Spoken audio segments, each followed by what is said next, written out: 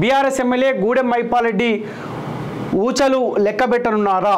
ఆయనకు సంబంధించిన మైనింగ్ సంస్థ ఎట్టకేలకు సీజ్. మైపాలరెడ్డి తమ్ముడు మధుసూదన్ రెడ్డి పేరుతో దందా కోట్లాది రూపాయల ప్రజాధనం లూటీ చేసిన ప్రజాప్రతినిధి.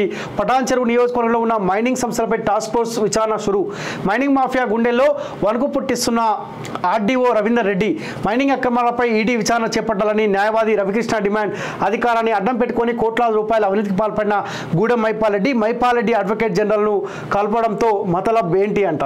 సో మైపాలరెడ్డి అడ్వకేట్ జనరల్ని కలిసిండంట. కలవడంలో మతలబ్ ఏంది అని చెప్పి క్వశ్చన్ మార్క్గా పెట్టినారు.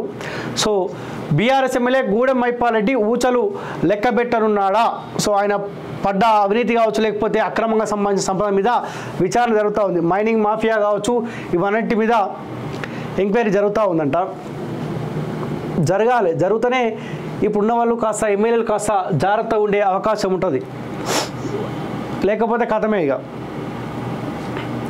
గత ప్రభుత్వంలో పటాన్ చెరువు ఎమ్మెల్యేగా అధికారం చెలాయించిన గూడెం మైపాలరెడ్డి తన అక్రమాల వల్ల ప్రజాధనాన్ని ఒడిసి పట్టుకొని కోట్లాది రూపాయలు కొల్లగొట్టాడు. ప్రభుత్వానికి చెల్లించాల్సిన ఫీజులు కానీ ప్రభుత్వం నుంచి తీసుకోవాల్సిన అనుమతులు కూడా తీసుకోకుండా అప్పటి ఒక మంత్రి సహకారంతో, మంత్రి అంటే వాళ్ళు హరీష్ రావు సహకారంతో తన దోపిడీ నిస్సిగ్గుగా చేశాడని విమర్శలు వెల్లువెత్తున్నాయి.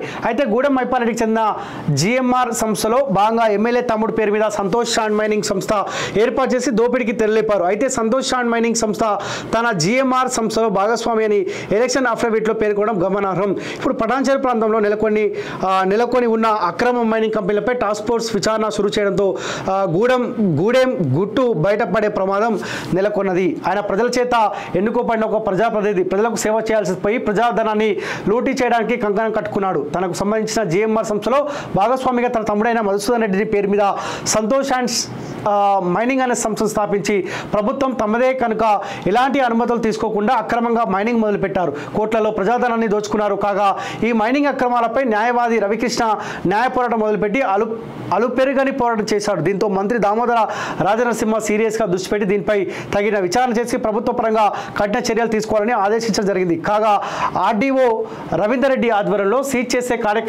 కార్యక్రమానికి శ్రీకారం చుట్టారు. అయితే మధుసూదన్ రెడ్డి పేరు మీద ఉన్న Santosh sand mining company seize చేసినట్లు ఆర్డీఓ తెలిపారు. లగ్నారం, జిన్నారం ప్రాంతంలో ఇలాంటి అక్రమ మైనింగ్ కంపెనీలు 80 నుంచి 90 వరకు ఉన్నాయని వాటిని కూడా విచారణ జరిపించి సీజ్ చేసే ప్రయత్నం చేస్తున్నామని ఆయన తెలిపారు. మైనింగ్ సంబంధించిన అన్ని డిపార్ట్మెంట్లతో సమన్వయం చేస్తూ విచారణ కొనసాగిస్తున్నామని తెలిపారు. సర్వేకి సంబంధించిన ఏడీ మైనింగ్ వారి ద్వారా పూర్తిగా విచారణ జరిపించి అక్రమ మైనింగ్ కంపెనీలపై మూసివేస్తామని తెలిపారు. ఈ కంపెనీలన్నీ పొల్యూషన్ కంట్రోల్ బోర్డు నామ్స్ని ఫాలో అవుతున్నారా లేదా, అనుమతులు తీసుకున్న భూమి విస్తీర్ణం మించి ఎంత ఎక్కువ భూమిలో మైనింగ్ చేస్తున్నారు అన్నది కూడా బయటికి తీస్తున్నారంట.